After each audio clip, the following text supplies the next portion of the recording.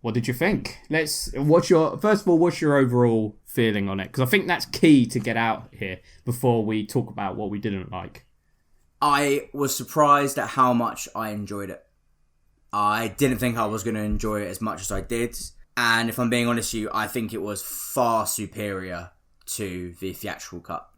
Do you think it's a similar story? Or do you think it's... Because some people are saying it's an entirely different film. Or, it's... and then I see on the flip side, some people say it's the same basic story. What do you think? It's exactly the same film. Yeah, it's the same film. It is the same film. It's the same basic outline. Yeah, same beats. Steppenwolf wants the boxes, split the boxes apart, call it a day, jump on Batman's plane. Pretty much, yeah. Yeah, and for me, overall, this is my favourite Zack Snyder DC film. Yeah, it's definitely my favourite one. You refer it to Man of Steel? Yeah, I think I do. Man of Steel has its problems. Surely not BVS, man. Oh, fuck BVS, man. And I was thinking about it because I came away and I thought, you know what? I think the same thing with all his films, that they're all a mess. Every time, it's just a complete mess. But for some reason, I really like this, and why is that? And then it's like Batman vs Superman. I've watched that a few times, but I know for me it's not good. But I still come back to it. And there's something about Snyder that, even though there's problems with it, his films are entertaining, and you keep coming back. So, this film has problems, and I described to you before we started. It's a beautiful mess. It's just, and do you know what I'm interested in? I would like another cut, but a theatrical cut. I'd like to see someone cut this down to what would be shown in theatres. Because I think there's a very good film in there, hidden in there, but I've written down loads of stuff that could just be cut. Because sometimes I was like, why the fuck are we doing this? Yeah. So, but yeah, overall, in summary, it's good. I think we could have really, if I'm being honest, I like I said, I enjoyed it. I think they could have cut about half an hour out of this movie quite comfortably. Oh, so easily they could have cut half hour out. The whole entire epilogue, essentially, is unnecessary. Oh, Jesus Christ. How many times does this film end? And you, first of all, get the Lex Luthor scene, which, do you know what? I was incredibly surprised that scene was not a reshoot by Joss Whedon. Yeah. That shocked me.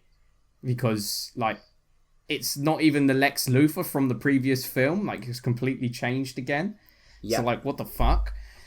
So you get that scene with Deathstroke, and then the next scene on is the nightmare sequence, which has then Deathstroke working with Batman. I went, but that doesn't make any sense, because the previous scene, he was like, I want to kill the guy. And then the next scene is he's working with him. So, why does that make any sense? And I get it, this film is for fans who would understand it, but, you wouldn't tell your mum to watch this film, would you? Because how the fuck are they ever going to get it? What did you make of the nightmare scene? This is controversial. What a load of shit. I thought it was maybe the worst part. Let's piss off the whole of the internet, because everyone seems to be getting a bit of a hard-on about that scene. I thought it was awful as well. I thought Jared Leto was terrible. He was awful as well. He's now suddenly Jim Carrey, isn't he? Well, apparently he's a better Joker than him. Apparently that scene between Batman and Joker was better than anything we got in The Dark Knight. Well, I mean, Heath Ledger weren't offering to give Christian Bale a reach around, so gonna have to. What is that even about, man? Yeah. What is that even about? When that happened, I was like, wait, what? You're just trying to be edgy for the sake of being edgy. Yeah. I like when Batman does say, though, I will fucking kill you. I was like, yeah. No, I didn't like that either. I loved it. I was like, yeah, fair enough. I mean, you're a brutal murderer anyway, so you would fucking kill him. Fair enough. Should have just killed him there and then. I thought the first two were excellent. I thought all the stuff on, is it Themyscira? Themyscira, yep. Excellent. That was a great scene, yeah. Excellent. I thought that was absolutely brilliant. But the thing is, it is the same kind of scene, just with added little bits, which... Oh, so much is added into it. Which I really appreciate. It's explained, because you kind of get why they're doing what they're doing, in a sense that before, Steppenwolf just basically headbutt his way out of the building. So what was even the point of closing the gate? But now it makes sense. Actually, they were just trying to sink it, because they thought, that would kill him. And then suddenly he comes out and it's like, fuck it, run. Just run. Yeah. So like now suddenly it all makes a bit more sense in the context. So it's like those little tweaks, you know, really And add so much. I love the very opening scene with like essentially Superman's scream is what like awakens the mother boxes, and that's fucking so cool. Like, yeah, I really liked that idea. I thought that was a very I just thought it was a very cool idea. And it's saying the film doesn't make any sense still in why did Steppenwolf wait like 5,000 years to, you know, come and invade Earth, because he's like no Kryptonians, no lanterns. It's like, okay, but you know, Superman I think has only been about for about 18 months in the context of this film in this universe. There was a long period of time to attack again, wasn't there? Yeah. So that's a good point. That's a character I kind of want to talk about. What did you think of Steppenwolf in this? I thought he was fine. I don't think this has particularly added loads more to the character than the original cut did, if I'm being entirely honest with you. I know you could argue that obviously it shows that like he's basically just Darkseid's bitch. But I no, he didn't. I wasn't a massive fan of Steppenwolf, if I'm being honest with you, as a villain in general. No, I wasn't a huge fan of him. He's still quite sort of generic, big hulking grey guy. The design, I actually, even though like the first pictures I saw of it, I really didn't like design. I really come around to it, and I actually quite like that design. I thought it was really cool. Like the suit he's in is basically alive. You see it all like ticking away, and yeah, it's cool. I like that. I like his reaction when Desard says, "You need to get us 50,000 more worlds," and he's like, "Fuck." I thought you were going to say like $50,000 or something. Fuck, how am I going to do that? And he's got like big Furby eyes. That was a bit weird. Yeah. I didn't understand why he had big, like, cute eyes, like baby Groot eyes on him. I was like, what the? I guess the idea is to show that, like, he, you know, in comparison to, like, Darkseid, he actually is, you know, do you know what I'm trying to say? Like, in comparison to Darkseid, he is literally his little bitch. Yeah. Like, I did like he emotes. You can actually see him emoting, and yeah. You know, the CGI is much better. I don't think it's quite finished. It weren't quite there, the CGI, but it was so much better, and I'm willing to give the film a pass on that, in all honesty. Yeah, totally. I tell you what I did like is, so even on Themyscira scene, they are doing all right against him. Do you know what I mean? It's not like last time they like arrows were just bouncing off him, and I know this time the arrows were going in him and he just get rid of them, but they like pull him down to the ground, and you felt like if they got enough Amazonians on him and just fucking bundled him, they had a chance. And that's the same with in the final sequence, which I really liked. I did feel the Justice League, they had a chance in that fight, unlike previously. They were just, you know, getting swatted aside, weren't they? Absolutely. Yeah. Absolutely. So. You were mentioning to me before about that final scene, and you really enjoyed the Flash stuff. So, yeah, but for me, my favourite part of the film was when Flash... And that's what I love about like this final sequence. It's so different, and that was the first time in the whole film I actually felt, oh wow, there's a big change. Do you know what, from what we previously got? So unapologetically comic booky and crazy, and you know, there was like good emotion in it, I felt, and I like it when, because they lost. All the Justice League fucking died, and they had lost, and I like that. I like that stuff, and just cool. Seeing him reverse time was fucking cool. No, it was cool. It was really, really cool. So, you know what I want to talk about in this film? Do you know what really took me by surprise? The comedy. Yeah. What did you... Because, like, a Zack Snyder film is not comedic. I've never had a Zack Snyder film and laughed, and he's never really had any jokes. You know, Batman vs Superman had, what, like one joke? Well, you didn't find the Hunchback from 300 funny? You bastard. I'm joking. That's a complete joke. I'm completely taking the piss there. I'm joking. But it's like, you know, the comedy's not so hit you over the head with, you know, like... No, of course. Flash landing on some boobs. Great gag. You know. Fucking great reshoot, mate. So yeah, it was... Because this film went through a load of rewrites, didn't it? After Batman vs Superman, they were like, maybe it shouldn't be so dark and gritty, Zack. So, like, that's why that's been added. But it does work. I thought it was perfect. I thought the humour was perfect. Like, and that is just the right amount, isn't it, you know? That's the level it needs to be. It didn't go into sort of Marvel territory where it's, gags every sort of minute or two. But it just stayed on that fine line and just said, right, here you go. He's like there's like little jokes like the Justice League all come down, they all meet Alfred, and he says, I'll put on the tea. Don't know where I'm going to find the cups though. And it's like, yeah, good, done. I was surprised the Kal-El no line is still there. I'll tell you what, actually, while we're on the topic of Gal Gadot, the opening scene in this, in the museum, excellent. Absolutely fucking brilliant. I love that. Guy, and she turned that guy to fucking dust. That was sick. Christ. So cool when she was protecting all the kids, and that was dope. I loved that. Thing is that, because obviously, I think when we went through our Justice League review, we did say that was one of our favourite scenes, and it's funny, it plays out even better in this with all Zack Snyder's stuff. Yeah, I would say oh my god, when I saw it and I was just like, oh cool, there's added bits, but I didn't come away wow, that was just so much better. That was just, and I think that's what a lot of these big Zack Snyder fans are. They're hailing this film as incredible. It's just amazing, and it's better. Don't get me wrong, it's better, but it's not an amazing film. It's a good film. It's not exactly Infinity War, is it? Yeah, and they're oh yeah, see that Wonder Woman London scene?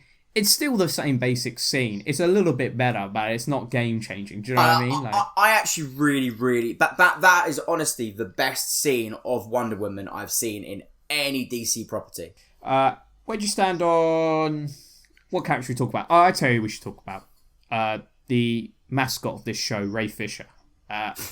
Cyborg. How did you feel about him? The heart of the film, as Snyder described him as. I liked him.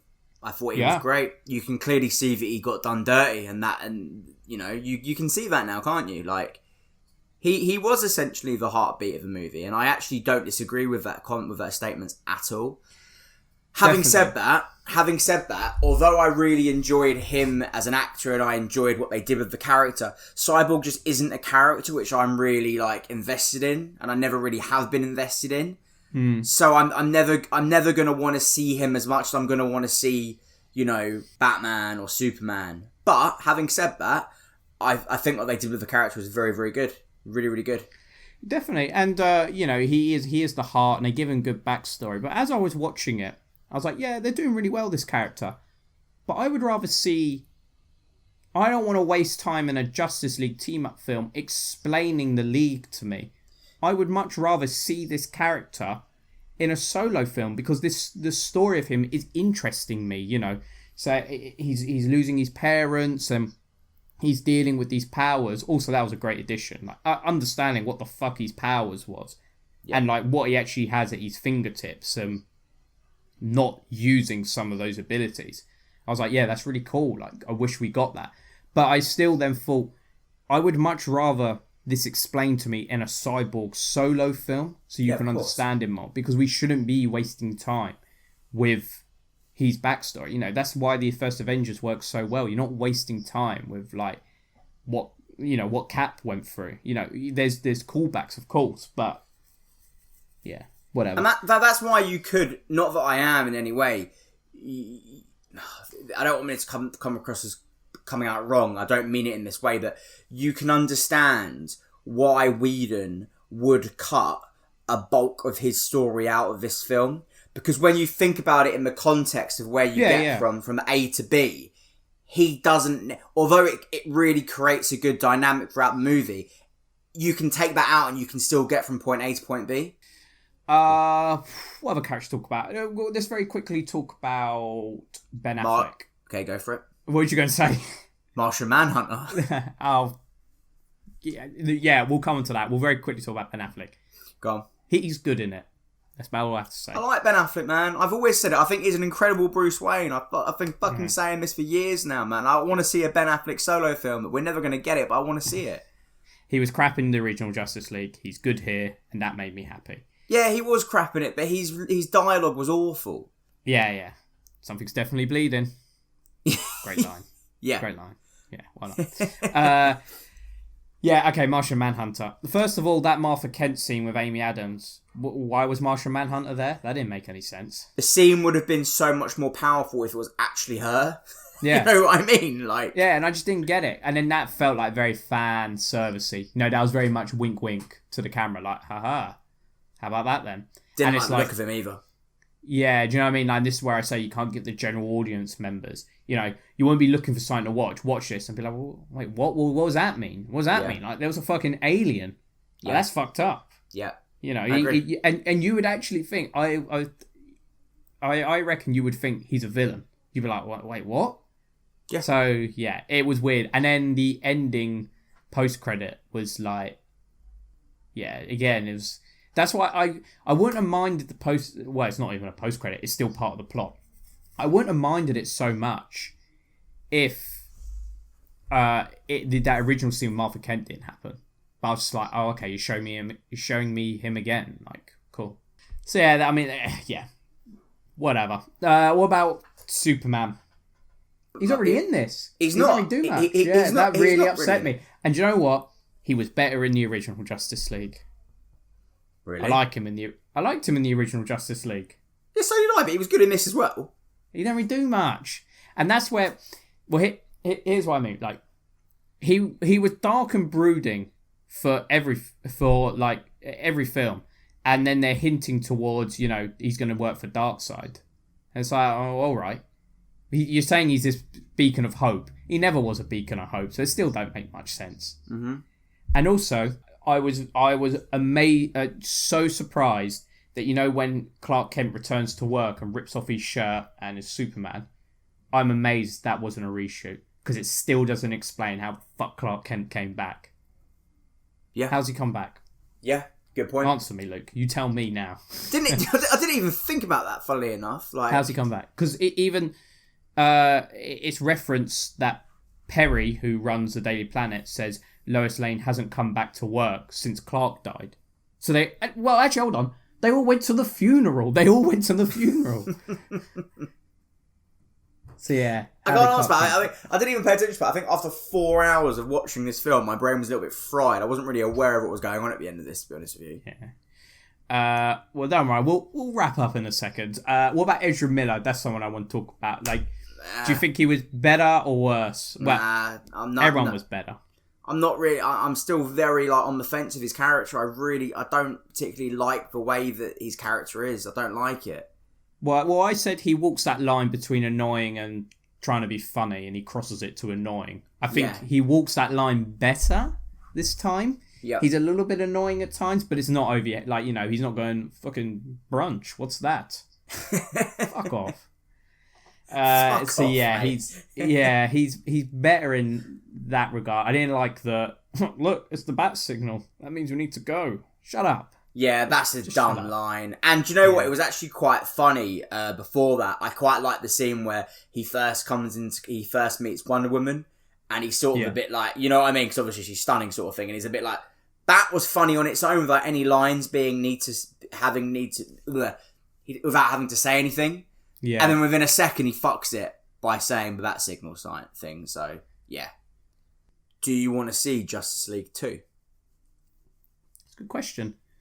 That's the thing. It's like, these films aren't great, but they're very interesting and they're great to talk about because there's just so much stuff. And I really like Snyder in that he says, "Fuck it, I'm just gonna throw everything." Going for it, yeah. Yeah, like, you know, he don't hold back, and he doesn't want to make Marvel films, and I really appreciate that. And like DCU now, we're trying to make Marvel films with Shazam, even Aquaman to a point.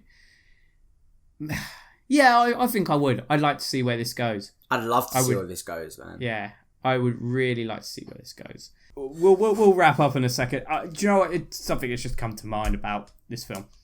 What did you think about the visuals? Did you think it looked good?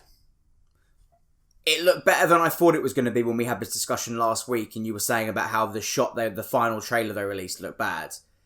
And I showed you a couple of those stills, and that is in the film, and that did look bad. I mean, I thought it looked alright. I think it still could have been fine tuned a little bit better. Yeah, but I'm not going to complain with what we got. No.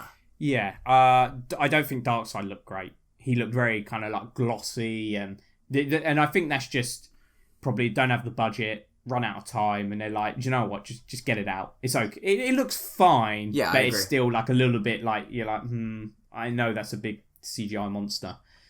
And also, do you know what? Like, I know he's known for it. Like, he's like desaturating everything. But I really don't like that look because I think it's really uninteresting, like in fight scenes, and especially like I looked at it. Although Batman's, do you know what looked better? Batman's armored suit looks so much better in that coloring. What looks terrible is Flash's suit.